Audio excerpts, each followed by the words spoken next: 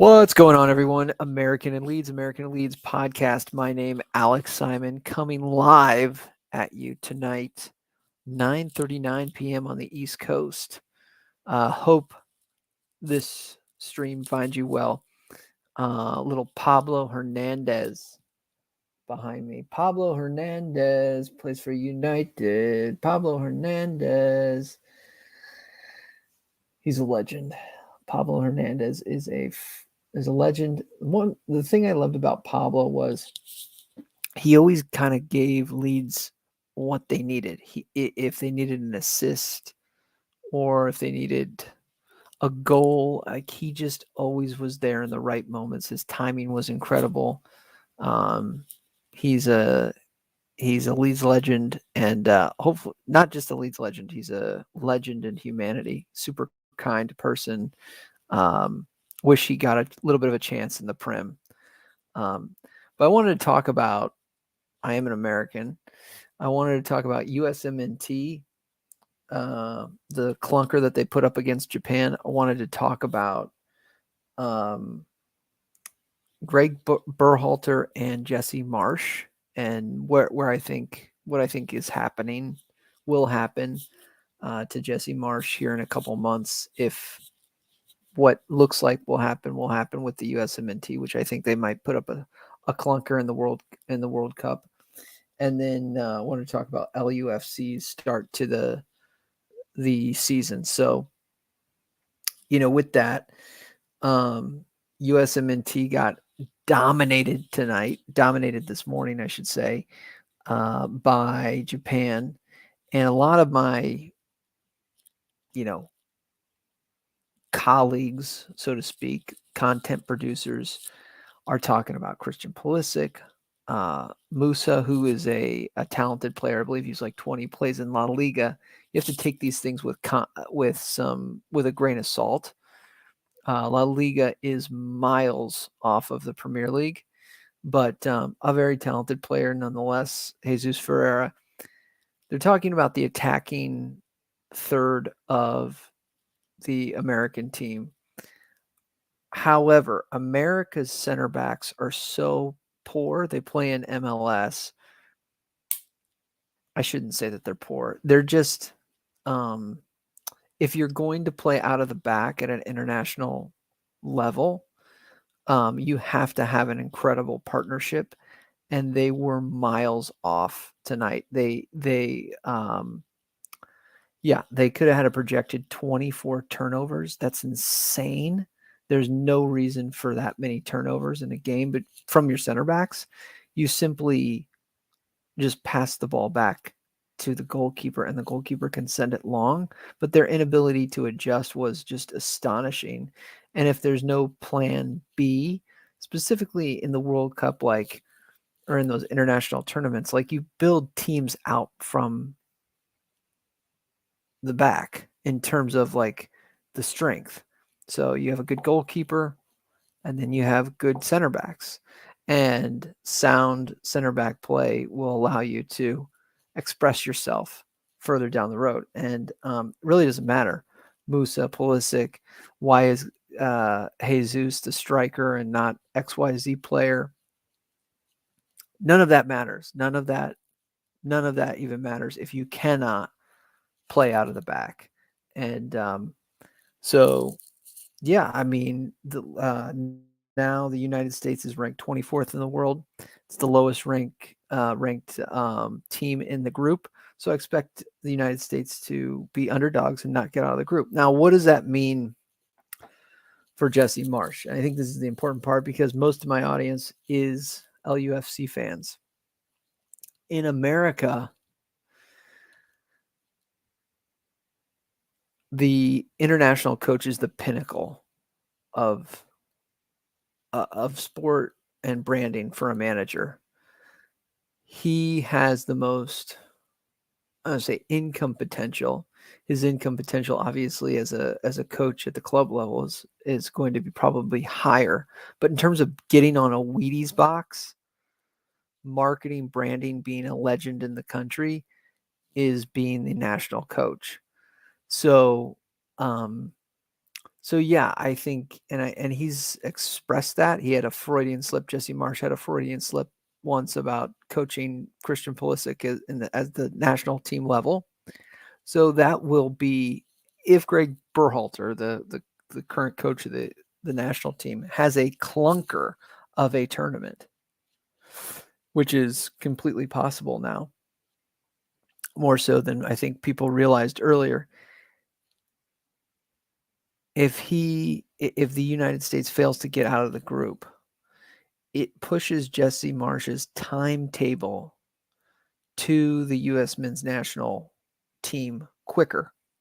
In other words, if the United States gets knocked out and doesn't win a game in the World Cup this winter or fall, Jesse Marsch, I fully expect, will leave Leeds United and be the USMNT coach. And that has nothing to do with anything besides his potential in terms of branding, marketing deals. Like, as I said earlier, being on the Wheaties box, being like the face of U.S. soccer or U.S. football is way bigger. I hope I'm wrong too, but it could be a blessing in disguise. But yeah, I mean, that is the next step for, I think Jesse, even he said it in a press conference, that he hopes to coach the national team one day. He hopes to coach Christian Pulisic down the road. But in terms of, coaching talent in the United States, the best coach right now is Jesse Marsch. And I don't know what that says about us, but it's just different. It's just a different cultural thing. Like, I don't think Jurgen Klopp is even thinking about coaching Germany, nor should he. But it's just a different kind of culture. I think it's the pinnacle. If him taking them deep into an international tournament, specifically the World Cup, is big for him. And so I hope the U.S. gets out of the group, but I just think that was terrible soccer by them, terrible football by them, and they have terrible center backs. If you can't play out of the back, doesn't matter how much attacking talent you have. Can't play out of the back, you're not going to go very far, especially in these international tournaments. All right, let's switch to Leeds United. Coming out of the international break, we play Villa. This is a massive game. I think in many ways, Brendan Aronson and Tyler Adams might be looking forward to getting the heck away from two really bad games. And so, I don't know, it might be a breath of fresh air to get back into the UK. Tom Redger says, Jesse is relatively young for a football manager. I think he will want to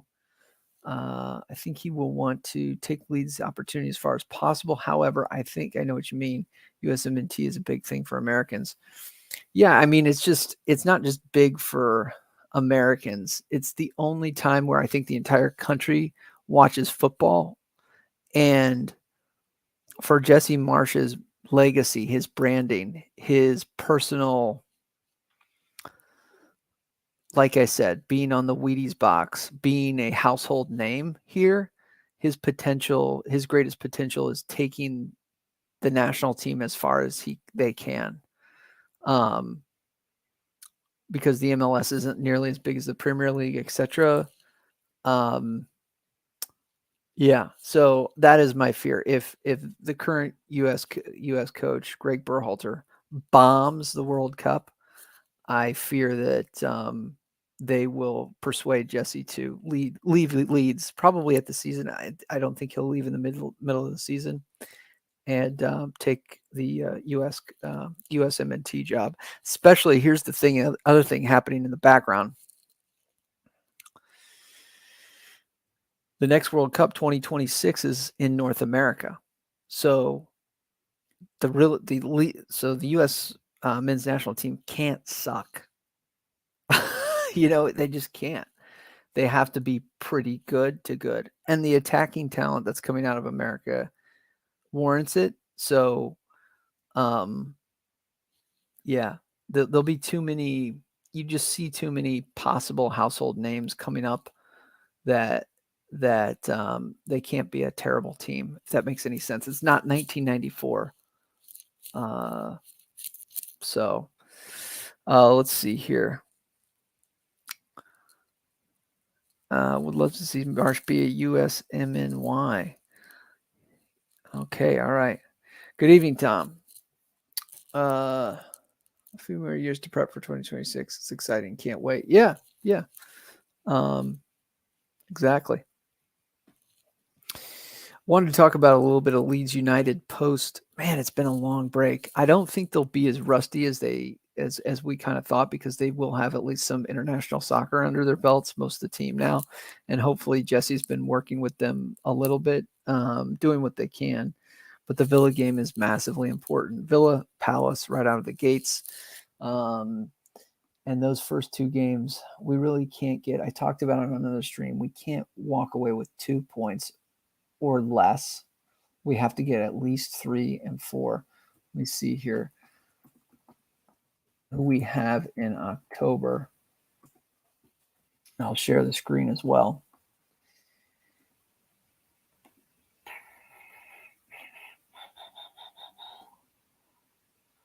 Let's see here, share screen. And here we are. Okay, so obviously 2 postponements. There's nothing we can do about it. International break. We've got Villa. We've got Crystal Palace.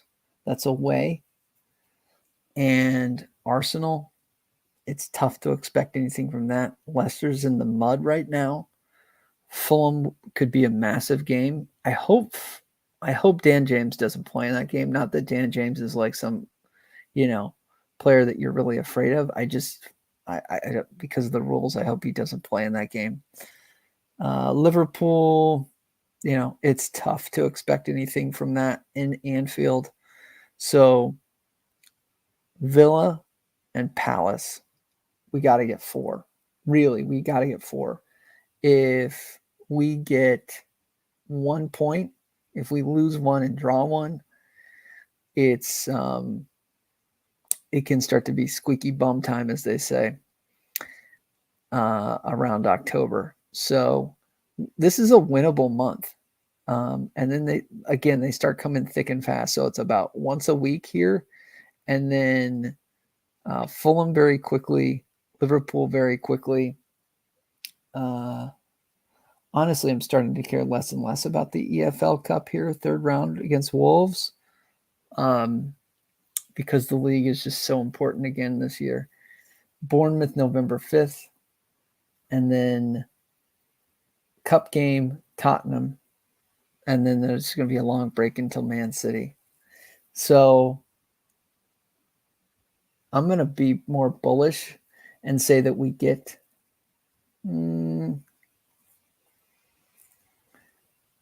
going to say we get 9 to 10 points here. I always love Leeds at home. I think we can. And Arsenal's going to want to play with possession, and I think we're a better counterattacking team than we are in possession. But yeah, there's a saying that a baseball coach has: keep losing teams losing. And an example of that is Villa is losing and Leicester is losing. Keep losing teams losing. We have to continue to get points. Don't like it was last year where it was like, oh, here comes Leeds. We can get some points from them, or the doctor's in, Dr. Leeds. We'll get you some results. No, absolutely not. Keep losing teams losing. That's all I got. It's been a long break. Let's see. I'll go through your comments. Personally, I think Leeds are too inconsistent to make firm predictions. Too inconsistent firm predictions. It's still not clear to me what the standard we're playing at, where we stand in relationship to other clubs. Yeah, I agree. It's early.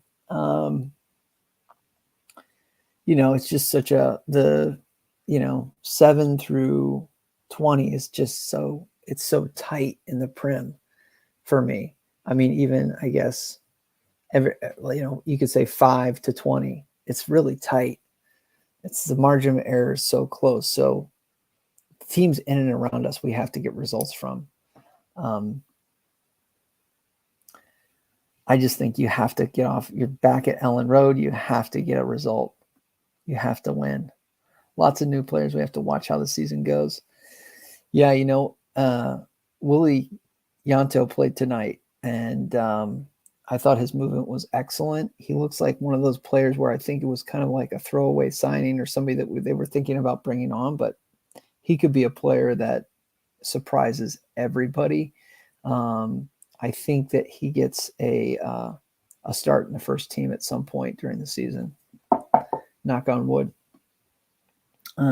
Best case for me would be that we're playing at roughly mid-table standard. We'll finish around 12th, but note the inconsistency in performances could be wildly out. Yeah.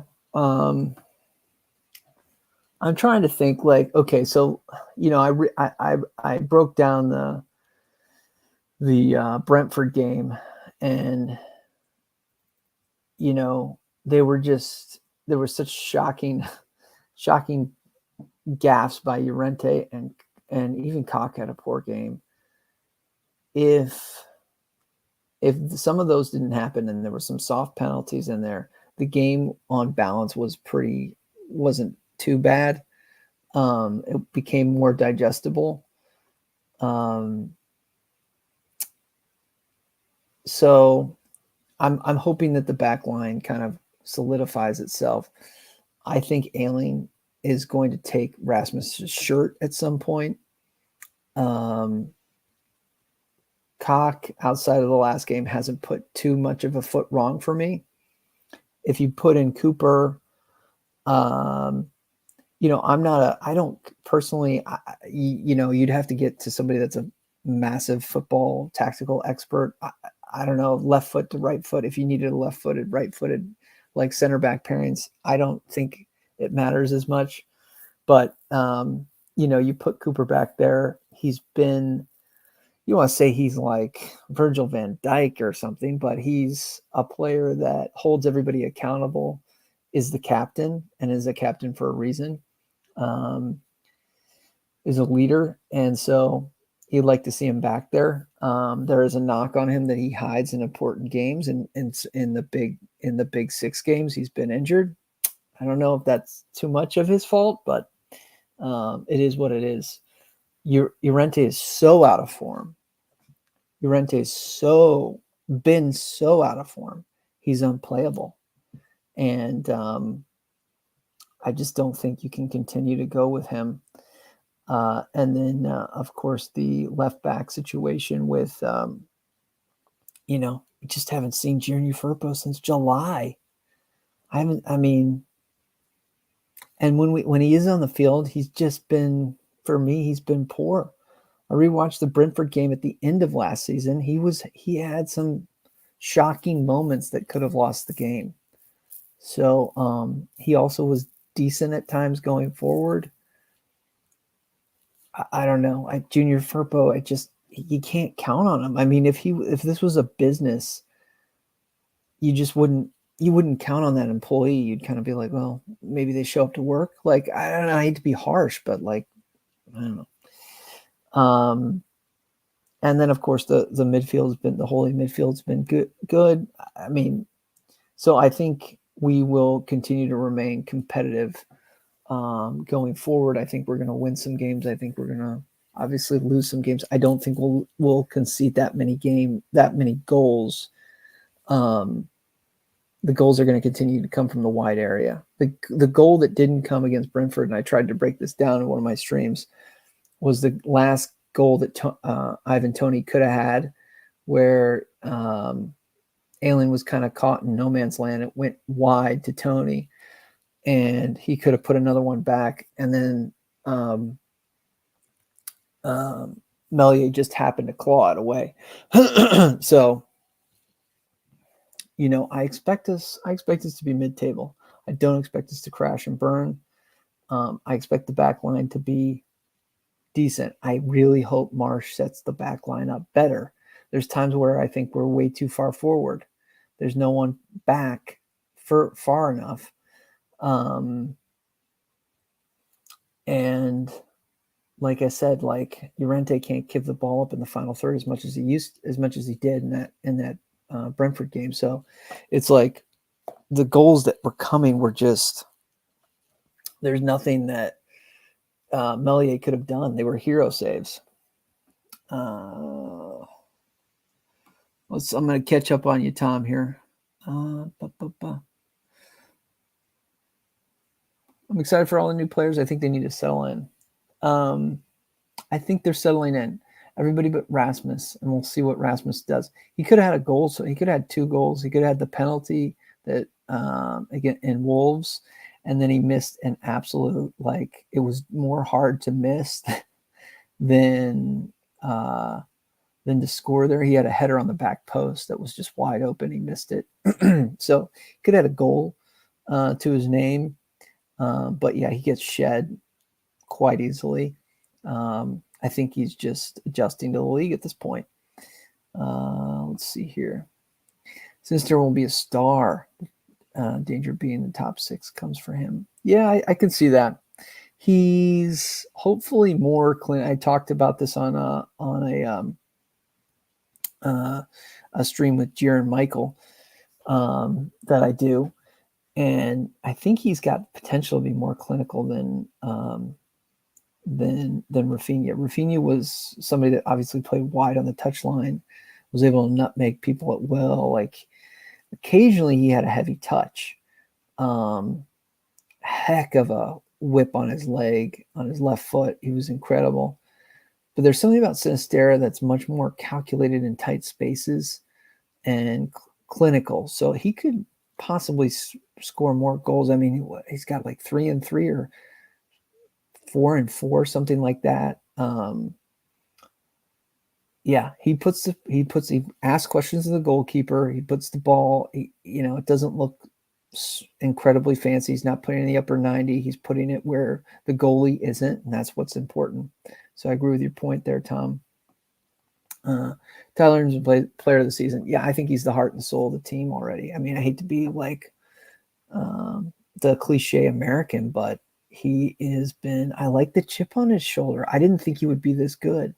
I clipped up him on Gallagher, kind of went somewhat viral on my Twitter account, and he just shut Gallagher down. It was like 0-0 in the game, and he was just like, I mean, he was like a bad rash, man. He was awesome, and I think he's perfect. Plays in a holding too. I would not want him to be the one, but that partnership is really good.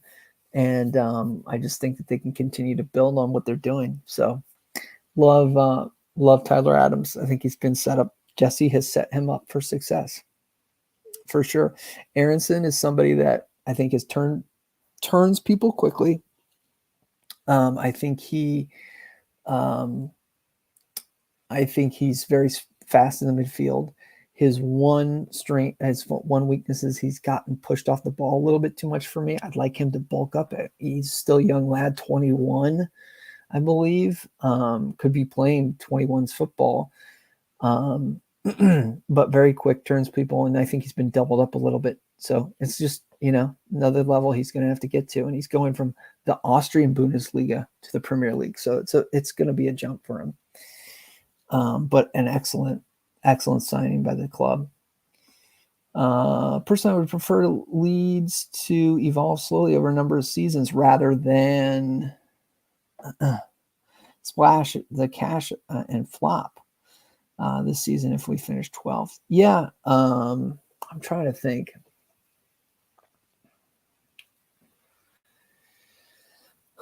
So what do I think about that? Splash the cash, stay safe.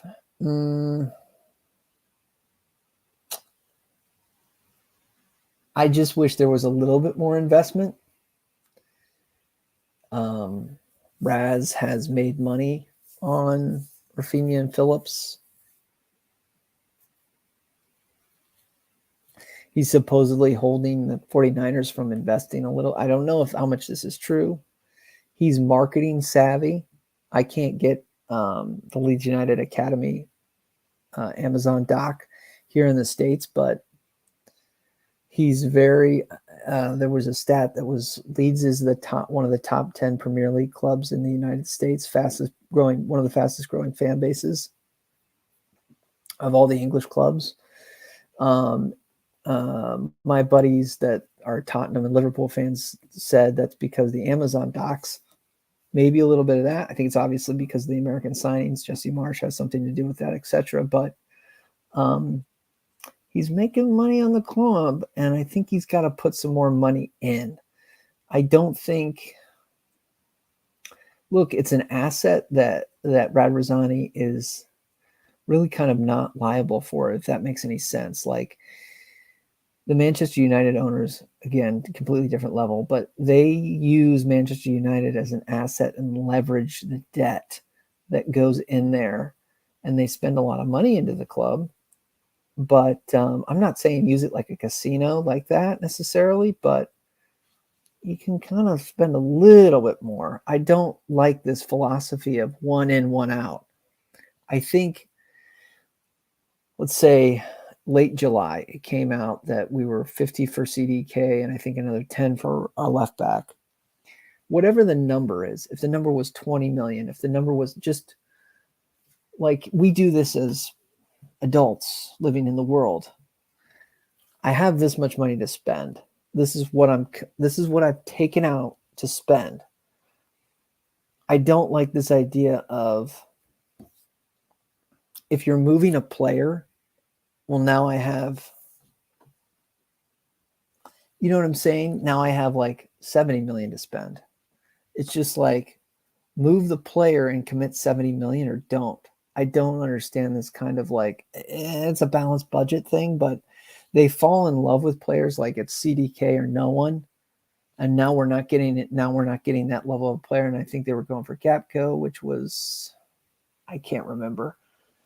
But they kind of get a list and then they fall in love with them and they get hyper focused, it seems like, on players. I mean, Dan James was one that was like they were in love with and they had to get him over the line.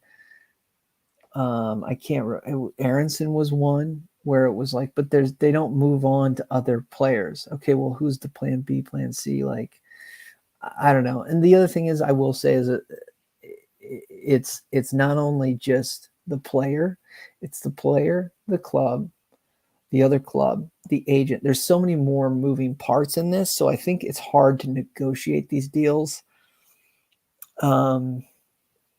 So I don't know. I'm 50-50 on that. I'd like to see a little bit more investment in the club. I'm not saying they have to spend another 100 million, but 20 million? Come on. And again, I'll also admit that I was kind of down after the transfer window, but Willie Yanta was incredible. The dude's got good movement. He's a short little player. He's tidy with the ball. He's got freaking, have you seen pictures of this guy? I don't mean to be like, Willie's could be a heck of a player. I don't want to get clipped up. He could be a heck of a player. All right. Let's see. Tyler needs those goals to see his determination. Yeah. I mean, I don't know. I'm not expecting too many goals from Tyler. Needed those goals to see so far to see his determination. Yeah. He's a determined player. He's got a chip on his shoulder. He's kind of got a Michael on one of my streams talked about this. He's got a little bit of Calvin Phillips in him.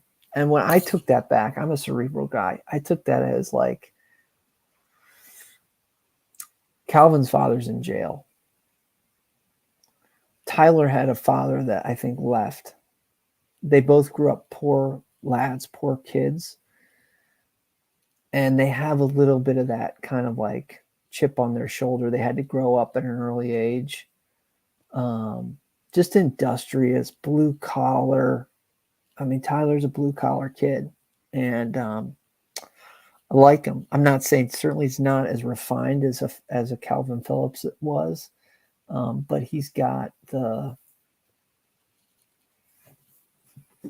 you know what I'm saying, moxie, so to speak. LOI stress, that's different swimming with big boys. Can you hack it?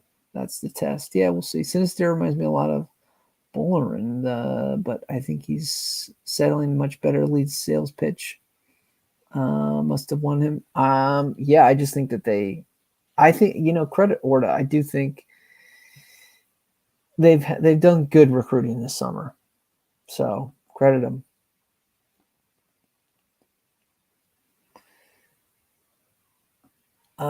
Since you're talking midfield, do you think the defensive issues may be due to weakness in double pivot? No, I don't see that. There was times where I think like cracking the code, Tyler was Tyler was on the ball a little bit in Brentford, or been on the ball, I feel like, in games, and he just can't. He's not going to pick the lock. And I don't even know if Rocca is going to do that necessarily. Rocca's a good passer. I think he can put the ball on the net. I think he can arrive later in the box. But if teams are going, you know what, let the ball sit in the holding midfielders. I don't know if those are the two players that can do it. Yeah. Other defensive issues. No, I mean, Llorente's just he's just been poor. He's been 6s and 7s. He got nutmegged. He nutmegged himself was the quote on one of those goals. Like, he's just been terrible. Pielazard splashed the cash, the big 6. Dirty truth about football is you can't be with big clubs without lots of money. 100%. You got to have the cash. So I need a little bit. I'm not saying you got to be, Newcastle United already, but I don't know. Downrunner, see what you mean by the fan base, enhanced profile, the U.S. danger that could be see what you mean about the fan base, enhanced profile, and the U.S. danger that could be that the American market become impatient. American fans will have shorter time horizon, perhaps. Yeah, they just are gonna, like, the USMNT stuff, like, I just think Jesse has planted the seed out there that's where his next move is going to be. It's bigger in the American market. It's his legacy opportunity. It's just different. Like, like I said, I don't think Klopp or Guardiola are thinking about coaching for their national teams. Like, they're like playing a tournament once every 2 years or once every 4 years. Like, no, thank you. But in America, the national team is the only thing that some Americans watch. They're preoccupied with their NFL or NBA or MLB or their college teams, whatever. And so for Jesse to get marketing and legacy and all that stuff, he's going to coach the national team at some point. And if Greg Berhalter has a stinker in the World Cup, as it looks like is going to unfold, let's say there's just too much attacking talent. The national team might even say, like, well, he'll be paid very well. And I think from a marketing, like, if I was his agent, I'd be like, from a marketing perspective, to be on, kissing babies and whatever, I'm using the phrase to be on the Wheaties box, to be on the cereal box, to be on a household name. That's his next move. We'll see what happens. And I think the other thing is that Tyler Adams played in a one holding midfield in this freaking game against Japan. That's not his best position. I think he needs to play in a 2. You got to have a center back pairing, man. Like, how do you not have a center back pairing? How do you not have a center back pairing at this stage of the World Cup? The 2 center backs, Walker Zimmerman and Roberts, I think. Whatever. I'm not a USMNT expert, but, like, they play in the MLS. The MLS is maybe a little bit above Premier League 2. I mean, I hate to say it like that, but it's like half the U21 players in England could like easily start in the MLS. You know, I'm being honest too. Like the second division of England, most of those, like a lot of those teams could finish in like the top half of La Liga. So like people were talking about Musa, who's a really great prospect for the United States men's national team. He's 20 years old. He is going to be great, but like he has incredible time and space on the ball in La Liga, and he's not the reason we lost. You know, it's like, yeah, you gotta have a center back pairing. You gotta have a center back pairing. I don't want to. We just don't, you know, the game is just, how do I say this? Like the game here in this country is just not nearly evolved. And the fact that like our coaching talent pool is that poor. I don't know. And I think it might be good. Like, I think when Leeds gets their next coach after Marsch, I think it's going to be a really good coach. Hate to say it, but I'm a Leeds fan because of the players and how they've overcome adversity. Yeah, man, that's why I picked the team. Man. It's like freaking great story, great town, working class town, one club city. Yeah, man.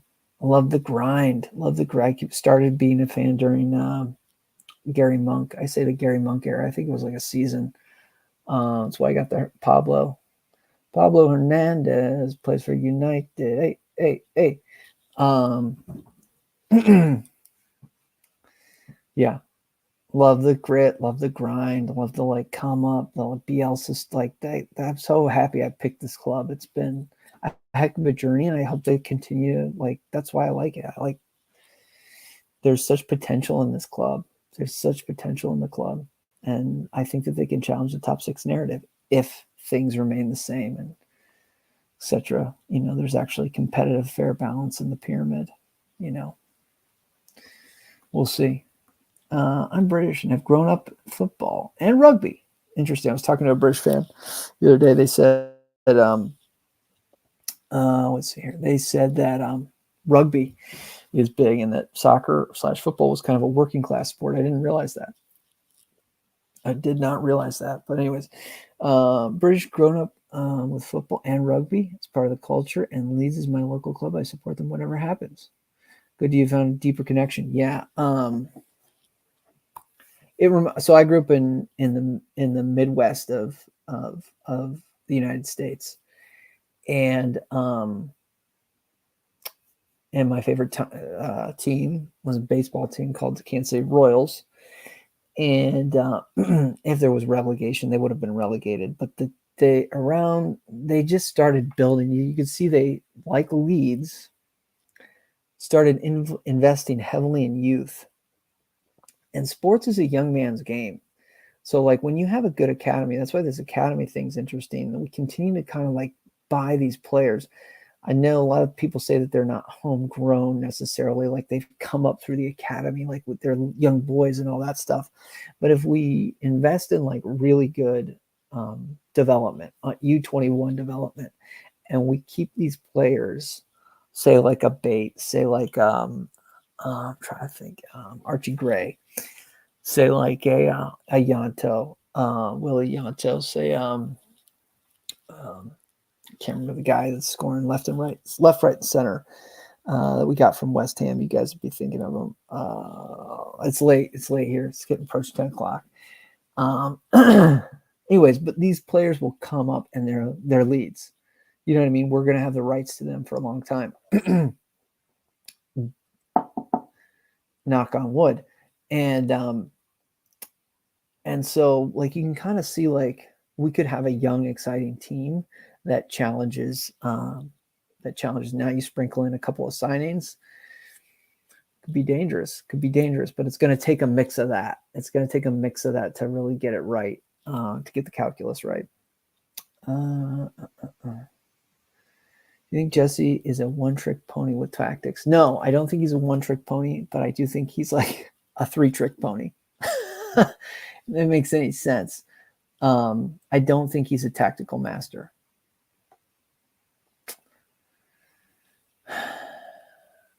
pains me to say that.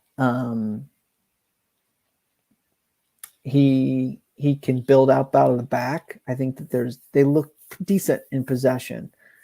Obviously, they want to play a counter-attacking attacking ball. I think he evolved a little bit with the team last year. They didn't really have an identity, but he did play wider version. I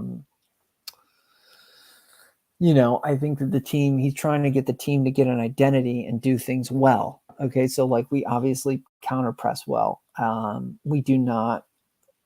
We have decent build-up play, but we still like picking the lock is tough, I guess, against a low block. But Jesse, everybody's got a low block in the Premier League, like because they play the big 6 clubs 12 times, and they're gonna know how to try to get a result. They're gonna have a block of some sort. Most teams are gonna have kind of like a block set up at some point, so that kind of like you have the ball. I don't think there'll be games where we like dominate possession and we get just like Brentford. So I think we do have to have a plan C, I guess it is, but so I just don't think, to your point, I don't think he's a tactical genius, but at the same time, I don't think he's a tactical like dunce. I think he's a great man manager. Look, like we all like had Bielsa morning. The things that you get with Jesse, set pieces. Bielsa wasn't as important. Okay, cool. He's going to be in the ref's ear. I don't think that's nothing. I think that sometimes does play into games. He's going to be a man manager. He's going to put their arm around the players. He's going to like get them to buy in. He's going to be like, I think he's going to be he's obviously there's clips of him being a great halftime coach, like halftime speech guy. We call this win one for the Gipper here in the United States. That's like a inspiring whatever speech. He's that type of guy. He's not Bielsa's tactical set up the triangles and kind of express yourselves on the wings, and he's not going to be like that. He's not. I just he's not as adept to that. He's big Ralph Ragnick school. I don't know. They call it Red Bull football, whatever. It's just a different way of thinking. Possession doesn't matter, where the ball matters, on ball pressing, all this stuff. I don't know. I think he used the term ruthless. I talked about that in like one of my first streams. I want us to be ruthless in front of goal. Let's see that. I want to see that. I want to see like them being punishing in front of goal, like no mercy, like boom, put it in. The question is whether you have the players to do that. I'm on the stream with Gier every week, and he talks about, we're going to concede. We're going to concede. Leeds are going to concede this. Like, it's tough for us to picture us having a clean sheet just by the way we always roll the dice with the back. I don't know. I like Ayling. I really think that Ayling is a fullback. He is a right back. You know what I mean? He shows the shoulder. He tracks back well. He's got a great engine. He bombs on. He gets back. He's one of my favorite players. I think he eventually takes the shirt. I hope this isn't a swan song for Leeds United, but I'd like to see him play. And I'd like, I don't know. I'm not saying I hate Rasmus or anything either. I think he's just learning the position. And then, I don't know. I went on a rant earlier. It's like, I can't count on Firpo. I mean, the guy has not played since January. He hasn't played since the freaking, who do we play? Bolton or somebody like this? Like, dude, you're not here. There was a guy like an American coach that was like, if you don't practice, you don't play. If you're not here, you're not on the team. I hate to be ruthless, but I hate to be From USA, and I'm totally in love with Leeds.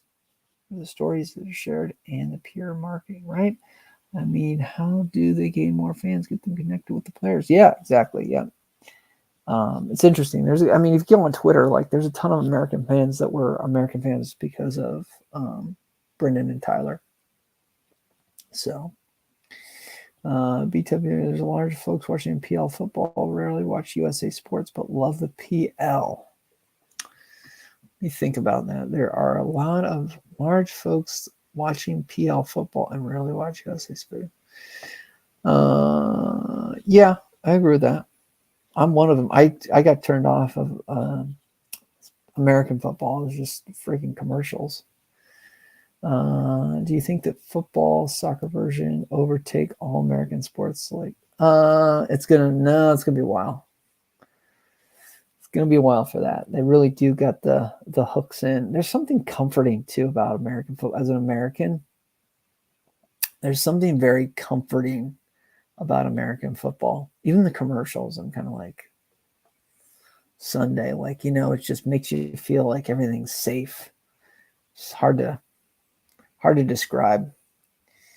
I think it's just embedded in the psyche of America. It's going to take a while to get there, but I think certainly 3. I can't remember. Soccer in general, this includes La Liga, so like people that are Barcelona fans, PL fans. I said MLS as a league. It's basically soccer in general, I think is 3, but it includes everything. It includes all the leagues. And yeah, I can go into more of that, but across the Atlantic, my perception is USA is a sleeping giant of football. Yeah, I just think there are athletes here.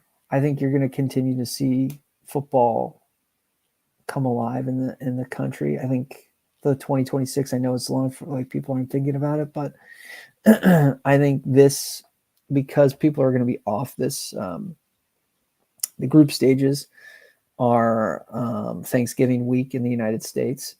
So that's a big holiday week. And then that launches everybody's pandemonium into Christmas. Anyways, everybody's going to be off that Friday. Most everyone's going to be off that Friday, able to watch USA England. It's really interesting how that conveniently happened. But yeah, everybody's going to be able to watch that game. And that's going to be, if we get pummeled 3-0, I don't know, there'll be some negativity, but I think everybody saw the game. And, the game against Wales, I think, is a day or 2 before Thanksgiving. So, like, people are going to be paying attention to the World Cup. I don't know. It's going to cause, and I think more kids are leaving American football because there's been a massive concussion study. There's been some concussion studies done.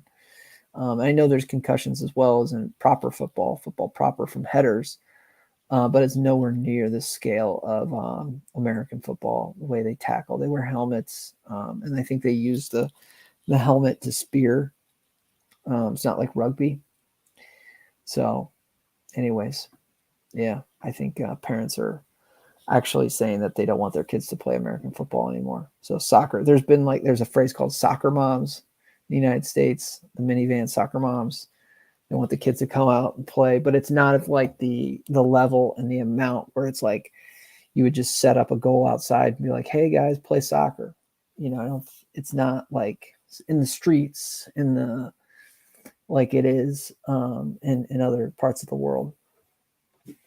It's really a cheap, it's not like golf where you need like a set of clubs or, American football is expensive to play. You need pads, cleats, all this stuff. Like football, you need a football, you need a ball, and you can make goal out of anything. That's why it's such a great sport. It's accessible to a bunch of people. Rugby league, working class, Northern England. Okay. All right, Tom. No, I don't know. That was a sample of one guy telling me he was from Newcastle. So take that with a grain of salt, I guess. Rugby in middle class, Southern England. All right. I try to get into rugby. It's been tough. There's like kind of like this this random stoppage sometimes, or like everybody's kind of like the clock's running, but everybody's kind of like walking around. I'm like, what's going on here? I don't know. I need to learn more about it. I know, like, once you get tackled, the ball comes down. Like, I don't know. I need to get more of the nuance, the game within the game. There's always like a game within the game of all these sports. Like, if I were to show you like American baseball, I would like, you know, he's holding the ball, but there's a runner at first base. How many steps is he taking off the bat? Could he throw it back? Like, there's like, what's the count? Is there's 2 balls and 2 strikes. The runner could steal here. Like, there's this chess match that's happening in the game that nobody necessarily sees. So I bet you, I'm hoping like rugby's kind of like that. Like, this guy's doing this. There's a bunch of stuff that's happening. Even though it's slowed down here a bit, you can see maybe some stuff. Rugby union, middle class, private school, rugby league, working class, scumbag, violence, my game. All right. Yeah. All right, got this wrong. A lot of people are responding to this.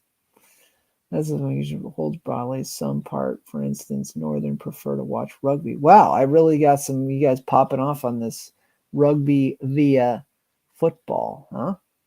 I didn't realize that. But yeah, okay, so what happened was, I'll just tell the story. It was a meeting, possible business partnership. The guy's actually living in Australia, but he's from Newcastle. He's from the Newcastle area. Newcastle is his team, because I talked to him about how much I like Leeds and stuff.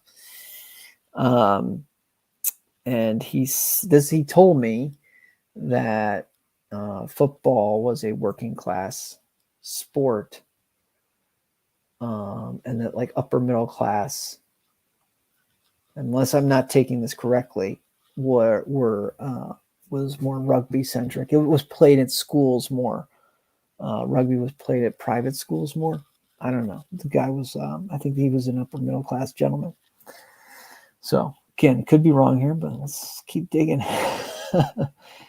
Morning, evening, everybody. After watching England USA will beat them, didn't realize US have been playing. Leeds are taking small steps, but always anti-establishment club. Yeah, hell yeah. Anti-establishment club. Well, yeah, that's what I like. Don't like the status quo. I always like to kind of mix things up. That's what it's about. It's like trying something new. Appreciate the grind of the process. This makes things much sweeter.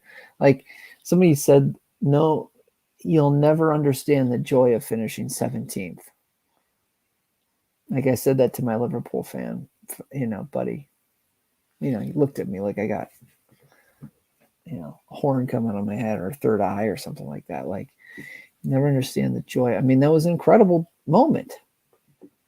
It's an incredible moment to stay up on the last day of the year and see the team celebrate with the fans. And there were so many times last year when I'm walking away from the freaking television set, like, are you kidding? I can't believe we're going to draw with Norwich. I'm like going, are you freaking kidding me? I'm like, I got to go to the store. I told my wife, I'm like out of here. And I happened to turn on a live stream, and I'm like, oh my God, thank God. Thank you, God, Jaffe. Thank you, God. And those type of moments, I don't know, what makes football incredible. And a really cool sport. Games start right away. This freaking regular season that they have in America is, I don't know. Now that I've tasted the Prem and English football, it's just different.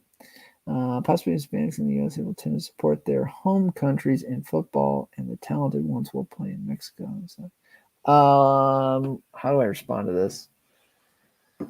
I think that the Brazilian league is growing. Did you hear Bielsa could join? I think there's a club there. That'd be cool. Obviously, Brazil is a huge country for football talent globally. Mexican leagues are good too. The MLS is just growing. It's an Americanized version of football/soccer. So there's a regular season plus football. There's a couple. I think there's a domestic cup in there. I don't know. Henry coached Montreal, talked about it sounded like a really hard time on him.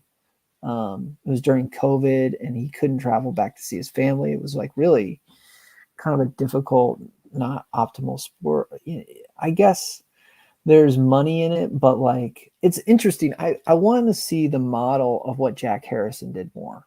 I'd like to see like some of the talent from England, actually, like Jack Harrison, come to America, because they would dominate like MLS. Like a guy like Lewis Bate would like dominate MLS, or like Archie Gray. Not saying that like they need to do that, but like there's just so many like young players in England or Ireland, or like some of the lower the U21 divisions, I guess, across Europe that would just dominate MLS. Like I think like MLS should be MLS's niche. It's like, I don't know. I'd like to see more Jack Harrison like replications, and he was able to get an opportunity at NYCFC, obviously being owned by Manchester City, and that was his entry into the Premier League. I don't know. I'd just like to see more stuff like that. He obviously left Manchester United Academy. It's just an interesting story. Connected all over. We aren't just international. We get exposed to football, more connections. Only way to get stories is listening to YouTube, etc. Obviously, wouldn't live in the United States to know better. It seems that afar, we have an excellent infrastructure facilities. Yeah, the infrastructure's here. I think there's a ton of like I've said before, athletes. Like all the athletes gravitate to football. There's a couple like, how do I say this? There's a lot of like really fast people that don't play football or soccer, and once that starts happening, because speed absolutely kills, and you get a little bit of athleticism on the feet, and I think it could happen. Weirdly enough, soccer in America is like an upper middle class sport. Isn't that weird? I don't know why that is. Don't ask me why that. It's a relatively cheap sport. It's like not as cheap as football. Basketball used to be kind of like an inner city sport. Again, like a cheaper, like you just don't need a lot of equipment. That's usually on the parents to pay for. I don't know. Interesting. But yeah, once, how do I say this? And like a lot of the soccer that's played is during a season. Like around the world, it's like all the time. Like soccer or football is being played all the time. So like they're just not developed. They're not at the Tyler Adams and the Brendan Aaronsons of the world and the Paxton Aaronsons of the world are rare that they're playing that much football that young. You know what I mean? Usually it's like it's a season and then they're on to the next sport. Like they're not constantly focused on football. If that makes any sense. And when that starts happening, I think that's when you'll start to see athletes like this. I can't believe I've been doing this for an hour. I'm just gonna start to look at these comments, just go through them. It's good chat, Tom, and in I don't know how else to say it. I know you're British. The USA start to do that, and they can discuss soccer overtaking us. Yeah, I mean it's going to take a while, but I do think the athletes are here, and I do think that the next World Cup is big. Like the U.S. cannot bomb when they're hosting the World Cup. It just cannot happen. And it looks, after playing Japan, it looks like that can happen. Never get the helmets and the pads, rugby league. Never get the helmets and the rugby league. Great to export to the USA. Now we start to show potential.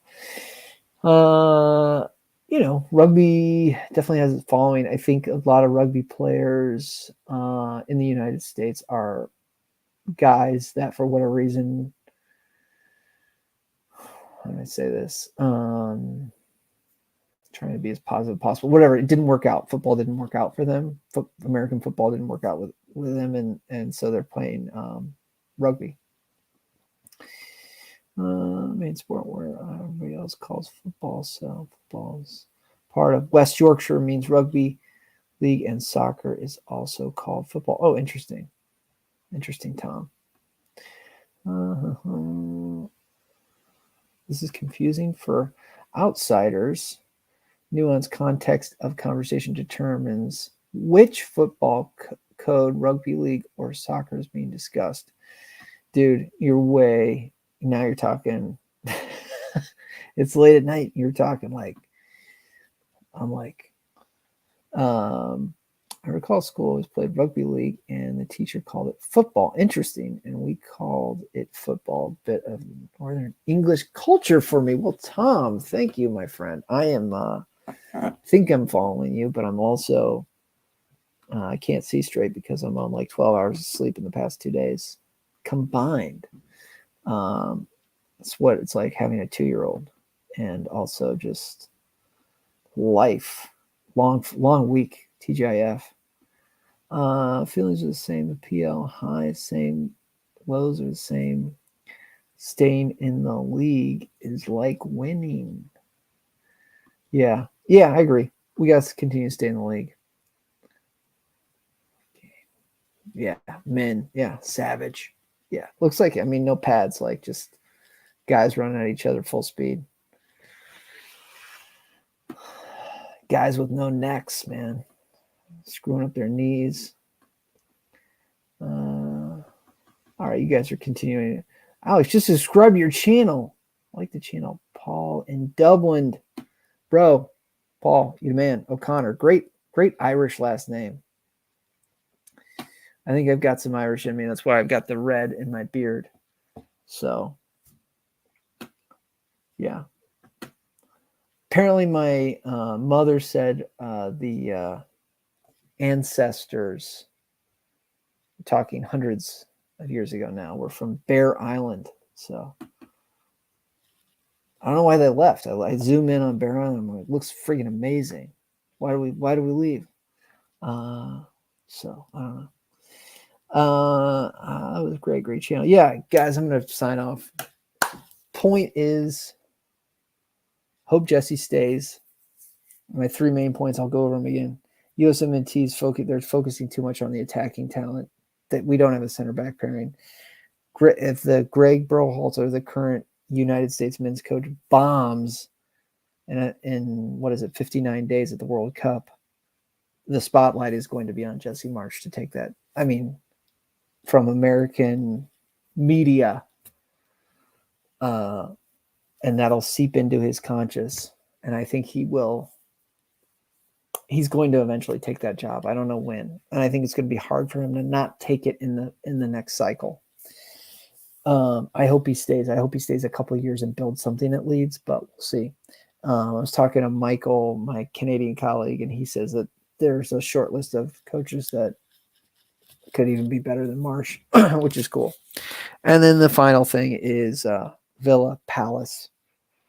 I need 4 points from those 2 games. I personally like to not get, I want to have a comfortable mid-table team this year. I want 4 points. 3 would be good. 2 or less is, now we got it. Now it's Arsenal. That's not going to be any point. Now people get more nervous, and then it's the following game is Leicester, and now there's like a huge amount of pressure on the Leicester game. If Brendan, do they have the new manager bounce? Is Brendan Rodgers still there? There's going to be pressure on them to win a game, and it's like, I don't want to do this again, guys. Come on, Leeds. Come on. So keep losing teams losing. Let's get a win hosting Villa. Let's get a result down in London. Marching on together. Leeds. Thanks, everybody. Bye.